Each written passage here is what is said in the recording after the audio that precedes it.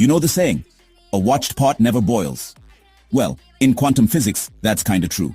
And it's called the quantum zeno effect. Here's how it works. In the quantum world, particles don't just sit still.